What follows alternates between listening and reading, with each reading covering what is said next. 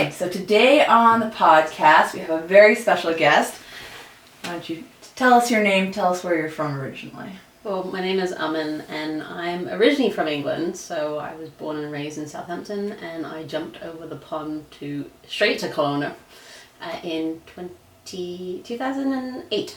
2008. Well, how did you come straight to Kelowna? Like, how did you even know that Kelowna existed? That, I'm still trying to figure that one out myself. I'm like, how the fuck did we end up here? Yeah. And especially coming from London, because I was born and raised in Southampton, but lived most of my life in London. So then you got London, that's huge, and then you got Kelowna, which was not huge. No. So my dad came traveling in '91. He fell in love with the country. Didn't come to Kelowna at that time.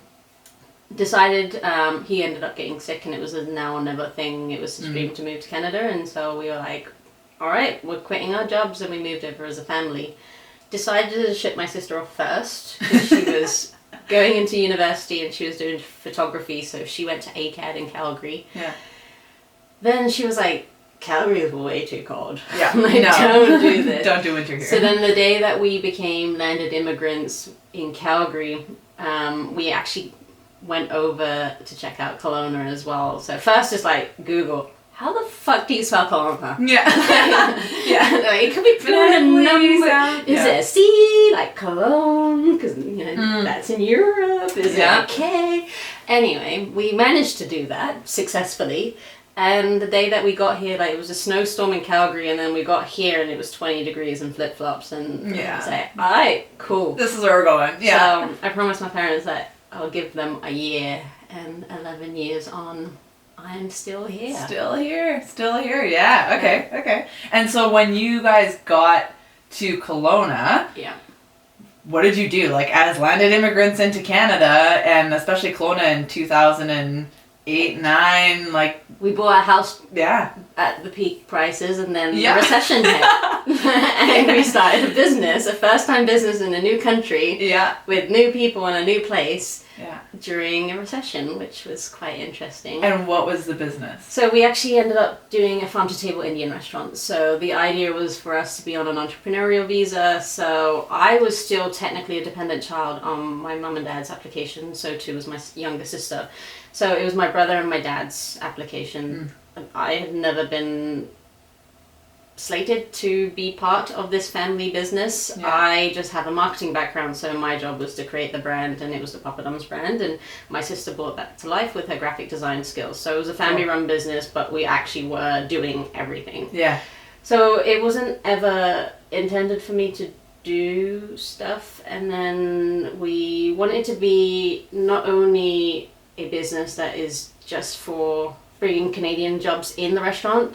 So we went seasonal and local, and we wanted to be part of the community, because this was a move to a new life, right? So it was important for us to expand that reach, and then you got to see the impact of where your dollars are actually going. Yeah, definitely. Now, you said you had a marketing background, so prior to Canada, what did you do in England? So, again, I'm a complicated being. Are we all? Yeah, there's a lot of things. So I used to play soccer, so I grew up playing soccer. My brother always wanted a brother. He got me, so instead he would put me in goal and fire shots at me. Yeah. I ended up getting kind of good at it. Define kind of good, because like kind of good I think is an understatement. I became the first British Indian to play for England. Yes. You're just kind of good. Of either sex. So I did it before a boy, which I'm very proud about. Yeah. So little girl power in there. And then I ended up playing for. So I was in Southampton before. Then I played for England, and then I got scouted for my team, which is Arsenal. And so I was juggling being 14 and 15 and trying to juggle my schooling and exams, but traveled to London twice a week by train. My class did not do as well the next day after a training session. Coming back at like midnight and then having to be up at school. But you do what you do when you love it. And when you get a chance to play and train in your stadium with all the legends that are there. And so I was doing that. I got a job at Nike, so I was in the marketing team at Nike, so they taught me a lot of the foundations. And spending money as if it's your own money is one of the things that they've definitely ingrained into me, and especially with it being a multi-billion-dollar company, it's still a lot of lessons that I learned there that has helped me all the way through. And got into a graduate scheme, so a fast-track management program with Sky, which is a media, TV, entertainment company, and then quit all of that to come to little old Kelowna. Couldn't get a job here, went to Vancouver, landed a job with EA Sports on the FIFA franchise, so I helped the marketing team with FIFA 10. Wow. And then my contract ended and I came back here and worked in the restaurant for a bit, got all dark and twisty and broken by the industry. Jaded by the restaurant industry. And it's a broken industry, and there's a lot of things that needed to change, and it wasn't necessarily why we moved here in the first place. And then we were so short-staffed, like a lot of people in the industry, and my mum ended up having a heart attack. So I already had a sick dad, and then my mum and I were like, what? We didn't even believe her that she was even having heart problems. Yeah. Because she's just always eaten well, and it was just the stress of things. So that's when I stepped in and I said, no, we're not going to do this anymore, and we're just going to put it up for sale. And it sold. And at one stage I was running the front of house and back of house at the same time, and people didn't know that I was actually cooking and then coming out and then doing quality checks and going back in and actually cooking their food and then going back out. And it was just so much. You guys were literally working yourselves to death. Yeah. Yeah. And so I was like, I'm the next one in line to have all of those. To inherit all of this fun. And then I ended up calculating I was due 6 months of holiday for 6 years of restaurant life. Yeah. And I went traveling for 7.5 months. So where are we in like the timeline of life? So what year were you like, okay, that's it, I need to go and take this holiday? 2015 is when Mum, in August of all months, just the busiest month. The busiest of tourism months in Kelowna. That's when she had her heart attack. Then we put up the restaurant up for sale in September. And then by December I had to call I called every single one of our staff to let them know what's happening, and the sale happened really quickly, and they wanted to take position on the 11th of January. So after 6 years, you become like family with a lot of your customers as well. We know them by their orders, we know them by their faces and their hugs, and a lot of people were calling my mum, and we wanted just to close the chapter and do it our way, and so we were able to do one last supper. It was literally called the Last Supper. It was like super long, but it was like, I'm gonna do it. If I'm gonna do it, I'm gonna do it my way. So we were able to do that. We were able to make sure that everyone who booked on Christmas cooking classes, we fulfilled them, we gave refunds, we made sure that everyone knew, and we tried to do it the best that we could. And make sure that our staff knew first. And I cried every single time. Because I'm like, Happy New Year, by the way, I'm not gonna have a job. And I gave everyone the option. I was like, if you get something, just please take it. And go. But they all chose to stay. And that was cool. So there was a lot of so that was 2016 January, and then the 1st of March 2016 I was in the clouds. Jet set. And so where did you go and why? It was actually really weird. So I went to say goodbye to food in a way, but I was writing about how food connects us. So I was like, well, I don't want to be one of those really jaded cooks that just hates their life and hates the people. And even on my one day off, I'd go and want someone else to feed me, and then people would just, because your industry, people would just come over to you and start bitching about their customers or their staff or their problems, and I'm like, please just let me eat in peace. I want someone to feed me. And so I decided to write about why we cook in the first place, and the most fundamental reason is that we all need to eat. So it was actually a really cool way of showing how everyone in the world is connected, because we all share that thing. So I find that when you look at it's easier to digest people's differences if you can see the similarities. Digest people's differences. Oh, you're so funny. I do my best. So I went to write about food and learn about different food cultures. So I started off in New Zealand, Australia, went to the outback, planted a living garden with the Aboriginals over there as well. So literally went to the middle of buckfuck nowhere. Yeah. And it had like Mars-like soils and just super hot and just like unlike anything I'd been exposed to before. Yeah. And was teaching the ladies how to cook the vegetables that we consider normal. Yeah. But no one's taught the ladies. So we wanted to kind of do that, just some cooking with the kids as well. And that's where I really like working with kids. And then from there, then Fiji helped out with the cyclone relief. Yeah. So my grandma was actually originally from there, and she passed away in 2011. So I wanted to just go back. None of us have ever gone back. I love Fiji. It's such a cool place. It's a little too touristy for my liking. Yeah, depending on where you go, for sure. There's a lot of tourists. But I managed to find a secret island, and it was kind of more of that. I'm super allergic to tropical environments. Like, you're allergic? Like I just balloon with tropical like bugs and shit. So yeah. It's not like I love being on the beach, but it doesn't really work that well with me. So you can get all kinds of itchy on the beach. It's not good. No, but it was more of the adventure of trying to get there. Like you have to go to this gas station and then change over a bus, and then there was a little 5-person little boat. Speedboat thing, and only locals were on it, and it's just a family, one family, and then me, and I could have. I trusted, and I'm still alive, so that's always good. From there I went to Thailand for 5 weeks, loved the Thai people and the food and the cultures. Then from there went to Athens, then London, recharged my bank account. I always said through this process that if I didn't have the restaurant, I would move back to England. I was always living with my head here and my heart there. Yeah. But it changed, and I wanted to live there for an extended period of time. Mm-hmm. And it's very different when you're there for like 2 weeks, everyone's going to make an effort. But when it's like 9 weeks and you've got the day-to-day, and then you see how like I was super zen after Thailand, and then everyone's on their commute and they just looked fucking miserable. So miserable. And so I'm like, oh, do I really want to be running? Like you run to put your kids into child care, and then you run to the train station, you're running to work, and then you're running to eat, and then you're running to come back, and then it's just like this rat race. I'm like, nah. Yeah. No. The Okanagan lifestyle is a lot better. Chill. A lot better than this.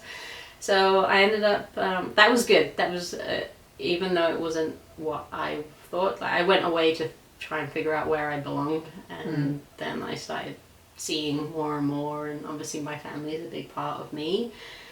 After that, we went to Thailand, went to Copenhagen for a little trip. So cheap to get to places from England, so £27 return from London, and I'm in Copenhagen, and then from there went to Italy, New York, Vancouver, and home. Wow. So 7.5 months, came back on my mum's birthday. Yeah. I'm her present. Happy birthday, Mom. It works out well when you're a backpacker and you start running out of money. Yeah. And okay, so then what? So you got home, you're back, you've had this whirlwind adventure overseas everywhere. Yeah. What happens when you get back to Kelowna? Well, this was my way of saying goodbye to food, but all these magical things kind of happen to draw me back. Mm-hmm. And that tends to happen quite often. Every time I try to leave food, the big magic happens. Yeah. And so then I started looking at it differently whilst I was traveling. Yeah. And started being like, okay, so what if I change this, and what if I do this? And this was, so I came up with the Paisley notebook, and so initially it was a blog, so I was writing about my travels around the world, and then it shifted, so I started to tell stories. So I tell stories with food is kind of what I do and how it connects people, but I started to create dishes based on those people that I met and their stories and their food memories and how they made me feel. Yeah. And then that kind of changed to, well, I like being outdoors. I need it to be an outdoor dinner series. I need to say thanks to my farmers, because out of everyone I met when I was traveling, the most content people and the most sparkly-eyed people were the people who were farmers. Yeah. And they didn't necessarily have very much, and they may have just like gone through a cyclone or another sort of natural disaster. And every year when you're looking at farming, there's no guarantees. No. Whereas like everyone can say, okay, I know what's good. If I'm in my marketing job, there's not really that many marketing disasters that can go wrong. That's kind of this is going to affect, you can get laid off, but then there's another job that you can find. Whereas there's always another job, whereas weather, Mother Nature is going to give you what Mother Nature wants to give you. And so it's that whole relationship that I think, a lot of the times we live in the Okanagan, people just focus on the chefs. Great food starts in the farm. Yeah. And we're very, very lucky to live where we do and have access to what we have. So I wanted to flip it, and I wanted to flip the model. So I'm in the summertime, instead of everyone else going for the tourist market, I wanted to create like a secret supper club for locals. And then when you're of a like-minded kind of adventure skill set in terms of your mindset, you'd scout me out, and then you have access to all of this abundance in terms of knowledge. Where do you go for a hike? Where do you go for? Where's your special places? Where do you go to eat? What's your winery recommendations? Because there are so many things, and and the Okanagan is changing, and that's great. But to have that hyper local experience right on your doorstep and around my dinner table has been amazing. Yeah. I know how hard it is when you first move here and how cliquey it can be. But people are buying tickets as a one-person thing and leaving with numbers. And it's kind of the magic of food and why we eat, and that connection piece that was really important to me. And so I wanted to create not only a magical experience, but one without the privilege. So it is one of the most affordable dinner series in the Okanagan for what it is. And I've been very mindful about that as well, because I don't see why we need to sit in a vineyard and have the privilege of food being brought out to you and no real connection to the farmer and the chef, and just pay a premium price for just the privilege of being sat there. Whereas you look around my table and it's the most diverse table in terms of ages, in terms of like the socioeconomic stuff, and in terms of ethnicities as well. Yeah. And I think that's the biggest compliment that I could have ever got. Yeah. And the fact that now people don't leave until they give me a hug and say bye. Yeah. People ask me if they can help me stack tables and chairs, which who does? Like, how many restaurants have you been to? Or you've offered to clean up afterwards, And you paid to be part of it. But like I said, I may not have a home, but I now have a place. Yeah. And the Okanagan is my place. And every time I go away, I remember why we do things. And I think that's a really good thing to have as well. And it's a good feeling to have now, to not move here for me, and now it being about me. Yeah. Things kind of just shifted. And so now I'm just like, I just wanted to create a really little safe bubble of a space. Yeah. And I swear and drink during my dinners. And so it makes them so classic. And it's just whatever thing is going around my mind, whether it's a political something or an inequality of it not being fair, or just drawing attention to things. And not only that, but also sharing and educating in terms of this is how hard small business is. And then when you share those things, then maybe people will start looking at their server as a servant and as a person rather than a servant, because there's two very big distinctions between the words server and servant. You're there to serve and make sure you're okay, but just ask them for their name. Address them by their name.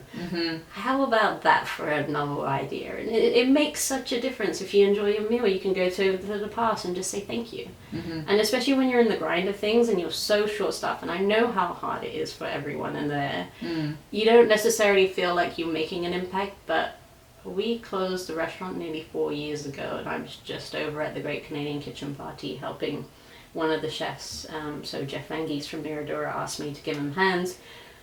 After the actual working part, we were waiting for the results and things, and I was sat down, and 3 different people came up to me at 3 different points of the night, and one of them, the lady, came up to me going, I'm just a really big fan of your Instagram page and what you do, and like she goes, I have gremlins at home, so but I live life through you, and I love what messages you're putting out, which was like, whoa, cool. And I've just come back from traveling the East Coast, and then it was just like, okay, just as I'm thinking, okay, is there a place that, like, should I be doing things, like, it's so hard, and like, all these other things, like, it was nice to get a little bit of affirmation, for sure. Yeah. And then another gentleman was, like, literally about to bawl, and he was saying about how my family's impacted Kelowna and the restaurant and things, and it was lovely for him to even share. And so my whole point is, you know, you may not think you're making an impact, but I can 100% guarantee that you are. Totally, yeah. And so I think that's a really important thing to know, because the industry is still very, very broken. Yeah. I'm proud of the fact that I've made things a bit more right in my little bubble. Yeah. And made it work for me. I was like, well, I'm going to create cool experiences for people, but my first thing is, I want to create a memory for me. Yeah. So if I start with me, then it's going to filter down, because I'm going to be in a safe space. I'm going to be in my little happy place, because I'm on the farm as well. Yeah. But let me bring you into my world, and where, in a way, it's kind of my superhero power. Totally. Yeah. Like, you get to stop time. Like, people know it's a 4-course meal. They may not know what you're going to be serving up, because it's a surprise, and we follow the seasons. Yeah. And even that, you need to be an open-minded person in order to even attempt to throw yourself into that. Yeah. But my whole point is, you don't, just because your grandma used to overcook your carrots and they were super mushy and you don't think you like carrots, doesn't mean that when I cook carrots, you're not going to like them. You just need to try. Yeah. And it's okay once you try it to say you don't like it, or you don't like it as much. Yeah. Just try it. Yeah. Yeah. So, you left Papa Dom's, you tried to leave food, started a blog called The Paisley Notebook, and then came home, and The Paisley Notebook evolved into a dinner series. And how long has that been running now? So I started with my outdoor series in 2017. So I started off with 3 dinners, of which you came to one of them as well, Wise Earth Farm. Yeah. But I've always done it as my side hustle. So I had a marketing job in town for a winery, and then I was doing the 2 side by side.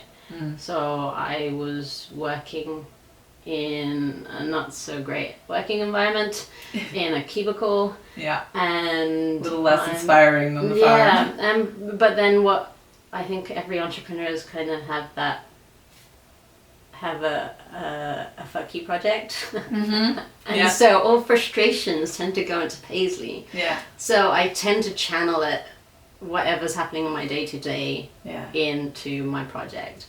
And the whole point is to try and leave a piece of me on every plate. Yeah. And to have really intimate dishes, and for me to then say, this is my food, and do we need to label it when it's just coming from me? And so, unlike other people who have been taught, I'm a self-taught cook, so I haven't been to culinary school, and I don't look at food the same way. So it's not me saying, okay, I need protein, I need acidity, I need starch, I need whatever on a plate. And instead it's, I need to have an experience, and once I have that experience, how do I bring people into my world and put that experience onto a plate? So it's like everything came back to my marketing background. And I remember when I first was about to leave, it was a chef, Lee Humphreys, who's at Vintage Group. He was at Local Lounge in Summerland at the time, and we collaborated.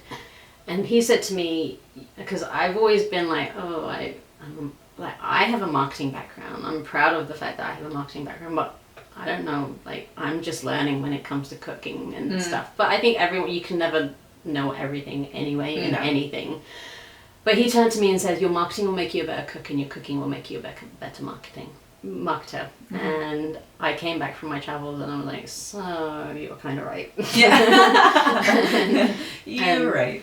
And so I was kind of doing the two, and now it's evolved. I was very fortunate in year 2 in 2018 that I won a national award for it.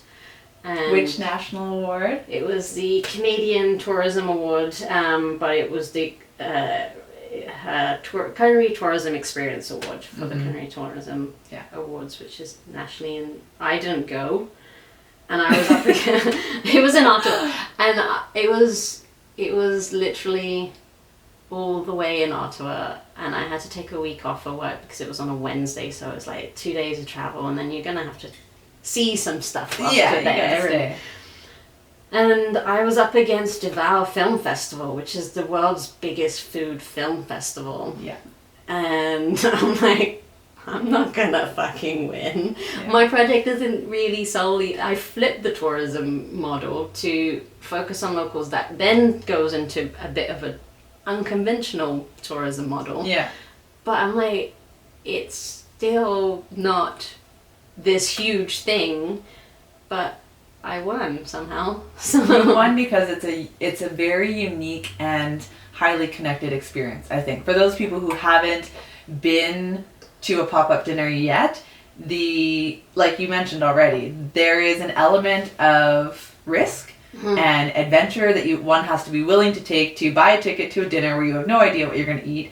Most of the time, you're not necessarily sure where you're going to be or what you're going to be sitting on or what the table's going to be made out of. You go, you sit down with a whole bunch of strangers usually. Some people you might know just because the community is networked and small.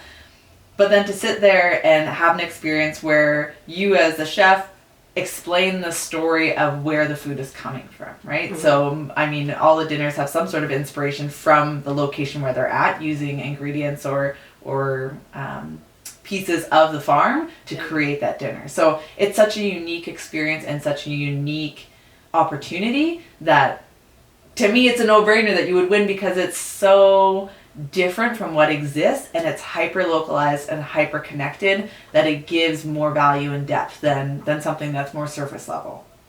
Yeah, and then when you look at who won it the year prior, it was Edible Canada, who took a bunch of rich people to the top of the country and spent tens of thousands of dollars to shape something. And then I'm like, I remember when my friend Jen from Tourism Kelowna said, you should apply for this. I'm like, and then I looked and I'm like, you do know I swear and drink during my dinners. And they took people to the fucking top of the country with 3 chefs cooking for them. And I'm like, maybe not my cup of tea. And then, and then it happened. And so it was just like another thing to just keep you going at that time. And then, like, the project, I think the biggest thing from my travels is to learn that for something to truly be craft, it should change as you change. And so my whole business model has been based on that philosophy, that as I adapt as a person, my food is going to change, the business is going to change, the way that I do things, the way that I tell stories is going to change. But that's the nature of craft. Like, we go to a restaurant and they might have their signature dish. And it's great that you have a dish that you go back to over and over again, but then shouldn't that evolve as the person evolves? Yeah. And so I was just like, I have certain dishes that mean so much to me, but then I like to just play with them. And so in June of this year, I decided to take the plunge and I quit my day job. So I wanted to give at least a summer all of me, because I've never given Paisley all of me. And just kind of say yes to things. That was the whole point. Any opportunity that's coming my way, I had to juggle it because I have a day job that's actually paying for things and rent and living. And even though I've traveled a lot, I still haven't come across a fucking money tree. So I'm a little skeptical about this whole thing. And I was like, well, let me just try. And then I can do things. I think I also went away, and then it became that, oh shit, we live in a very seasonal place at the same time, and I know how hard small business is in the winter time, and perceptions have always been, okay, if Paisley's always been like this one social experiment after another, so people would shit on us for our location being in McCurdy Corner before, and I used to live downtown, so it took me 15 minutes to get to work. And it doesn't take you 15 minutes to even try and park downtown, even if you're downtown. So we'd always get those sorts of comments about a location and things, but it's not that easy to change locations, and especially to try and downsize in the Okanagan. And so then I was like, well, I'm going to turn this into a social experiment. How far would people be willing to travel for my food? And then I didn't let them in onto the thing until after the series was done. And so an hour and a half to Grinrod was the longest that people went. So we went from people shitting on us for 15 minutes to, okay, we're willing to go and we're going to create this amazing food memory. But then it was like, okay, let me then plant another seed. We're not very good as consumers when it comes to wintertime in Kelowna and things. So in order for us to have an independent food scene, we need to go out and support local businesses in the wintertime. And it's great that everyone wants to be on Bernard Avenue in the summertime. The wintertime, yes, we have a lake, and yes, it's cold. But people in Calgary and Edmonton have longer, harsher winters, and people go out more so in the wintertime to break cabin fever, and that's where we need to get to. So it's kind of changed and evolved and things. So I quit my job in June, been doing it. Then I was like, oh shit, I need to stockpile and say yes to everything. And then I broke myself again, all on my own this time. And then I'm like, okay, I need to reevaluate. And so I went over to the East Coast for 6 weeks. We did a 4-week road trip going from Ontario down to Nova Scotia. Wow. I've not been that far east before, and I wanted to do East Coast, West Coast comparisons and sea salts and seaweeds and just go foraging and cook on the beach and try and race against the tide, and which I was not allowed to do. I would have done, like, it's Chuck versus Mother Nature. Come on, people. Let me just, if I know when the tide's coming in, just let me try. And I also wanted to try and pick up a hitchhiker because I was like, I've just applied for citizenship. What if the citizenship question has, how nice are Canadians? And there's a multiple choice question, and then I was like, I don't know, because I haven't picked up a hitchhiker and I don't know if I've died or not. Because it's mostly illegal in most places to pick up hitchhikers. Well, it's not illegal to pick them up. No, I think it is. It's not illegal to hitchhike, but it's illegal to pick them up. So that'd be a tough go. So my friend was like literally playing my favorite murder on podcasts at that time, just to discourage me. And our car was extremely full with alcohol and things, and so I wasn't able to do that. But it was good to, I don't necessarily think that I recharged. Like, I actually went and cooked more, even though I didn't feel like cooking, but I was like, this is why I went, so I'm going to force myself to. But you meet some amazing people. We made a forage gin together with a distiller, and we did my first pop-up, so I'm trying to pop up in every province of the country as a bucket list thing, so I'm 3 provinces down. And then it was just trying to kind of reevaluate, and then I'm like, I don't think Paisley needs to change drastically. It does need to change in terms of I can't keep on getting to September and feeling like I'm completely burnt out. And so less is more. The ideas are getting bigger. So I need to scale back. I need to ask for more help. My friends always tell me that we want to help you, and and that's the thing that I've struggled with, because they're my ideas and I'm the one that's putting myself into that position. So I should be able to fix it and do it and execute it. But classic entrepreneurial trap. I can do it all by myself. But they all have, and my whole thing is fairness, right? So I don't want someone working for me unless I can pay them and things. And so, but then my friends are always like, oh, give us food, and you do all these other little things for us, or you can't raise all this money. Like Paisley as a project, because it's a community building project, has raised $47,000 since 2017 for charities. And every year I do little fundraiser things. So instead of it being a business where I'm giving things away, it's already included in my model. Like I just physically can't give people things when it's my day-to-day, but I can do good in a different way. So what in this whole experience, what would be... It kind of feels like a therapy session. It is. What would be one of the biggest, like, what's a story that comes to mind that had a huge life lesson in it for you? And I mean, you kind of touched on some of those just now, you know, the entrepreneurial trap of wanting to do it all yourself and not wanting to ask for help, but also coming from a place of wanting to own the consequences of whatever you're doing, because they are your ideas and it is your branch that you're going out on. But in any entrepreneur's journey, that you're never alone, and you never make it to the edge of the branch to take flight by yourself. Somebody else has to be there to help. So what's a story and a biggest lesson? I came here with no extended family. So I've come from a really big family. My mom is one of 4. My dad is the youngest of 5.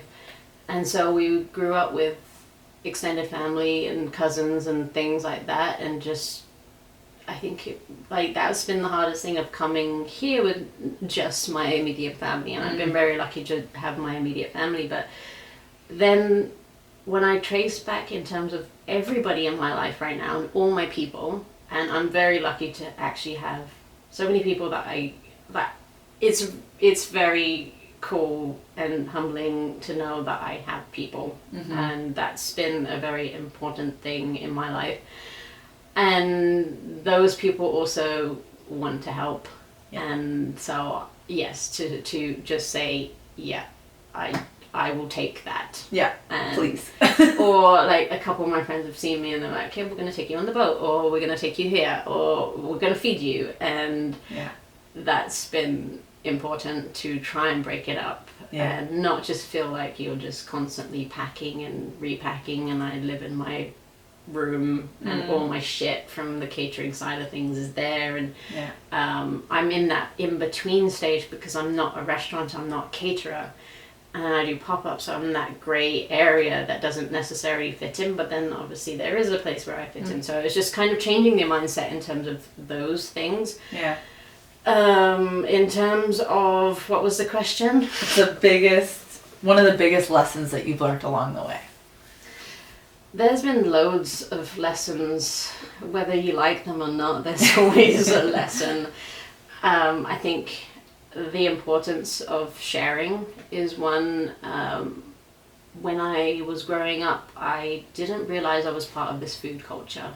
I always had my mum, who's a working mum. She had a home business and she went back to school in order to go and do things and provide for us and take me to football and do all the things that super mums do. But she'd always cook for us. And then my grandma would always live with us since the day I was born. So I had 2 people that would always cook for us. And I assumed that everybody had a mum or a grandma that would cook for them. And that it's from scratch and it's real food. And yes, we may not have had as hyper-local of an approach as we do here. We may have just bought fresh fruits and vegetables from Tesco or another grocery store in England, as opposed to going to the farm. But it was the same kind of principle with things like she was cooking. And so I grew up and realized that wasn't the case. But I never really... And then we had the restaurant and then we had chefs. And then I never really kind of shared with her. Like I never asked for my grandma to share more recipes with me. I kind of assumed that I would have someone, and I didn't realize how important those food memories that my grandma especially has had with us. Like going home from school, we had an apple tree in our garden, and it was an inconvenient apple tree because we had the football goals on the one side and then cricket stumps on the other, so it was just really inconveniently placed in the middle of both those things. But then we'll come home to the smell of an apple pie or an apple crumble that my grandma would make with those apples, and obviously her samosa recipe. And I think throughout the years the samosa recipe has been tainted in a way because we used to have chefs and then we got them permanent residency and then they ended up leaving as soon as they got their stamps, and then that's the only reason why I started cooking. So at the time it was like, okay, I can call you all the words under the sun, and like as a family run business you do what it what it takes in order to keep those doors open. And without that happening, I may not have been here. And so that's kind of definitely been trying to see the blessings in things. And it became my thing, like those chefs ended up opening up a restaurant and taking my grandma's recipes and my mum's recipes. And so that was hard because those are things that are so personal and the only tangible thing that I have left of my grandma as well. Yeah. And so my memories changed and became tainted because of that. But then it became my thing that I don't want to be a cook who's just replicating other people's food. And how do I just make it uniquely me? And how can someone then copy you when you're just putting a piece of you on a plate? Yeah. And so then it becomes a really personal experience. And then I always try and create a menu where my goal is for you not to like everything equally as much. And because your palate can't, like if I'm trying to do a 4-course meal, everything should taste differently. Yeah. And so then it just changes that, and then people are like, that's really weird that you come up with not wanting your guests to. I'm like, that's kind of how I am. Yeah. But then for other people to have this, to bring them into my world and explain my thought process of this is, and let them, I don't come out until I plated everything, so it means that everyone's had a chance to take at least a bite or two. So you can then develop your own thinking and thoughts on the dish before I start manipulating you through the story. Yeah. Like, and it's great that, you know, the story can, or it makes you feel like you appreciate the rest of the meal because of the story that I'm about to tell. Yeah. So it's kind of weird, but yeah, counting things as, oh, actually that was a good thing. Yeah. And sharing and seeing the blessings and things. Yeah. Kinda. Okay. What would be an embarrassing or frustrating moment or story, and what did you learn from it? I think in terms of a frustrating moment, I think all through my 2.5 years of just working in a place that looked at you but didn't see you. And especially when you know that I pitched a story to Western Living and got front page coverage in 8 pages, which is worth a media value of $50,000. And that's one pitch that I've done, and I've been able to start a business and grow it from scratch organically, and have all of these other things inside of me that I know that I can do, but you're not necessarily being given a chance or being seen or nurtured in a way to develop yourself. And I think that's been quite a frustrating thing, but at the same time it's been, again, like the Fuck You project, it's been the motivating factor of, well, watch me fly now. Yeah. And if they had appreciated you, you again might not have ended up where you are. Exactly. Yeah. And so now I'm at that process where I'm like, okay, it's winter time, and how am I going to make some money? Yeah, that's always the struggle as an entrepreneur. Seasons have changed. My business is semi-seasonal dependent. Now what? Yeah. Ooh, I was planning like all of my things in the summertime and getting through summer and dinners and all those kind of things. And then I had the trips that I was planning, and then I came back and I was like, oh, now okay. and it's nice to have some downtime to try and not do all the things. Yeah. Like before I was trying to do all the execution and finish off the planning and, like, you know, coming up with the menus because it's the week of that I create the menu, whatever's in season. And so you have all of those things. Plus I'm making my life even harder because I'm in Grinrod and Penticton and Naramata and all these other places that are quite far from here. Yeah. And not just being in your backyard where I can just run home just in case we miss something. Yeah.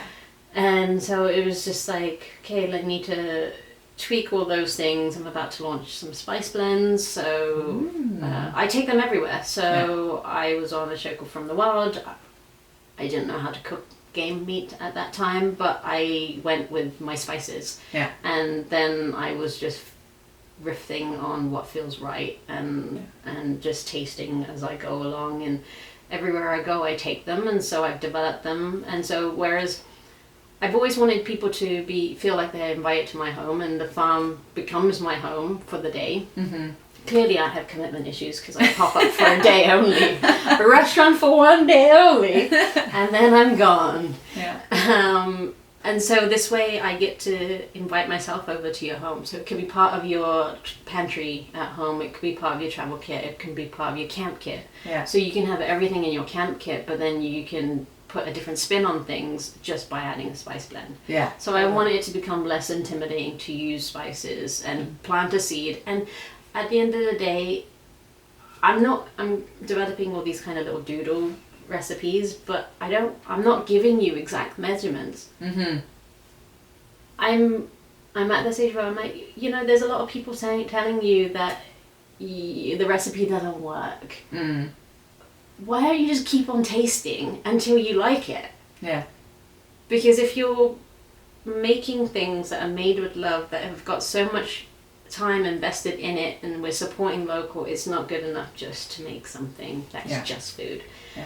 So then this way it's like, take out that, make it more fun, keep people cooking, and stick it in a gyoza, stick it on toast, and do a mushroom on toast. Do all these things. Yeah. It doesn't necessarily. I don't necessarily like the word authenticity, because you can take a chef from India, you can ask them to make a dish, then take that chef, bring him or her back here, ask that person to make the same dish using the ingredients that we have, and we're talking about the concept of terroir. It's going to taste differently, even if it's the same person making it. Yeah, same person, same ingredients. But that makes what's us so special is the fact that we have all of this, and that makes us unique. So then, does the word authenticity actually mean anything when we should be proud of being the Okanagan? Yeah. So True. Okay.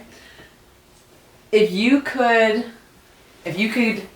go back in time and whisper a piece of advice to yourself at the start of, or anywhere in your journey, either as a kid, when you were working, in a job where you weren't necessarily being appreciated, or in your adventures as an entrepreneur, is there a piece of advice you would give yourself? Like one resounding piece that you think would fundamentally have helped you if you had known it then versus now? That one's... Should I be lying down when I'm like... If it helps, you can, cover your eyes and give you a moment. Believe in yourself is... I think there was times where I always, when I was a kid, and especially not really having a role model that looked the same as you, or whatever it is, whether it's because obviously I was the first British Indian to play for England, so no one had really done it before, but I never at that stage really thought of it or myself as anything different. What I think where I stumbled was I didn't get why people thought I was good enough and stuff. And I think that's a thing that continues, and especially with an entrepreneurial mindset where you're just like, you're going through the motions, and you get one door slammed in your face, but then something opens, and then you just go back 3 steps after that, and it's just like this constant roller coaster of fucking emotion. Yeah. And so there's so many things that have happened because of things. And I just think that if I just owned it more, it's okay for me not to fit in, because I do live in a place where I also do fit in. So it's those constant things that I think I would have done a better job of being true to who I am, and play better when I was in the football thing. If I said, okay, well, I was second choice when it was the England football team, and I won player of the match, and then the next tournament they put me on standby, and so I was like, there was nothing more physically that I could have done, like to come on half time and then to play so well, and then for everyone to say you should be number one because she's taller, right? But you're technically a better player. And I think that was always been the struggle when people see, like, going back to the whole people looking at you but not seeing you. Yeah. And so I think then it came to Arsenal scouting me, and I was like, well, that's the best team in the country, which is bigger than the England under-16s. Why? And then I didn't own it, so I played crap. And so, but I played really well when I was like trialing with them. And so it was just a different mindset and what you can do, and just, you know, if other people see something in you, you should maybe trust them a bit more. Yeah. And I think one of my friends just recently texted me going, you know, you can't put all this good in the world and not want to receive it back. Yeah. Not that it's, I want, that's not why I'm doing it. No. But at the same time, you have to be open to receiving it. Yeah, because you can't, I totally, whoever your friend was, genius. Brilliant. Absolutely brilliant. I was like, sometimes I get a text and I'm like, oh, I don't want to even tell you that you're right. But you are, because it's totally true, you know? You put out all that good, and whether you believe in karma or not, it's going to come back to you, and you have to be egotistical enough and humble enough to say, I deserve this, and I should receive this because I am putting out good, and therefore I'm attracting good back to me in my life. I'm a little work in progress. Yeah, we all are. For sure. And so what's the future vision? Where are you going? What's the plan for Paisley Notebook, for you as an entrepreneur, for all the other little side hustles that you've got going on? Where are you going? The immediate things, so I've just been out east, and that was a really cool experience to now build. I've been building this big mega pantry, and especially when my dinners are so locally focused, it's cool to show people who may not have ever been out east or traveled within Canada, to show them what's possible and how edible it is. So then I have like different maple syrup, like Nova Scotian maple produces half the amount of Quebec trees, and it's just the way that they are. And so I've got early, mid, and late harvest, so maple syrup is not just maple syrup. And I would love to showcase a flight during a dinner and get people thinking about what they're drenching their pancakes in differently. There's some PEI organic canola oil, and I'm like, well, PEI soils are like red and clay-like, and it's not like, you don't think prairies that is associated with it to produce canola over there. So I added those kind of things, Arctic kiwis. There's kiwis that grow in Canada. Wow. And so now I'm doing an East Coast kitchen party in January, and with a fiddler as well. So Chloe Davidson is going to be playing some fiddler music for me. I get to just use East Coast ingredients. So outside of sourced, I now can do, anytime I'm traveling, I can showcase how edible Canada is and bring a bit of the East Coast hospitality to Kelowna. Yeah. And off season indoors, which is kind of nice. And there's power and running water, which is like, other than that, obviously Spice Blends are launching too. And then I'm trying to figure out what's next. Obviously Sourced is going to be happening again. I'm probably going to do 4 dinners and then 2 secret dinners. So the secret dinners were all about the extension of trust. So where Sourced is all about trusting where your food comes from and the people growing it and me as a cook, and to trust in the surprise menu. This is surprise menu, surprise venue. So I drop a pin on the day. Like, it's all about you. If you want a magical experience, and trust me, it's going to be a magical experience. We done one on the dock at the yacht club, and that was the closest dinner to the lake. Yeah. And then on a mountain at Myra Canyon as well. So we've got all of those kind of seeds, and that's where I get to bring in my live music love of local artists as well, because when it comes to Source, it's very much start a conversation without music, and we can create atmosphere without that thing, and it's all about the farmer, and let's have a conversation around the table, because that's where we should be having it. And working in collaborations, and I'm like, you know what, the thing that makes me the happiest, and I think this has kind of also been one of those moments where I should be sitting down or laying down. I shouldn't be looking at, okay, so this makes me happy. It should be, okay, my end goal is being happy. So if I'm happy that as an end goal, then everything else would just trickle down. And so just rejigging, obviously I've read Big Magic, and that's kind of that's one of the reasons why I'm kind of doing that. But I'm like, well, I love to travel, and the adventure side of me obviously this Paisley notebook, Edible Adventures and Stories. And so I'm like, well, if people are willing to have me in different provinces, and if I don't have a day job to restrict me now, and instead of me just doing my work at home in my pajamas or whatever, and I'm really close to the fridge right now, so I'm about to get super chubby.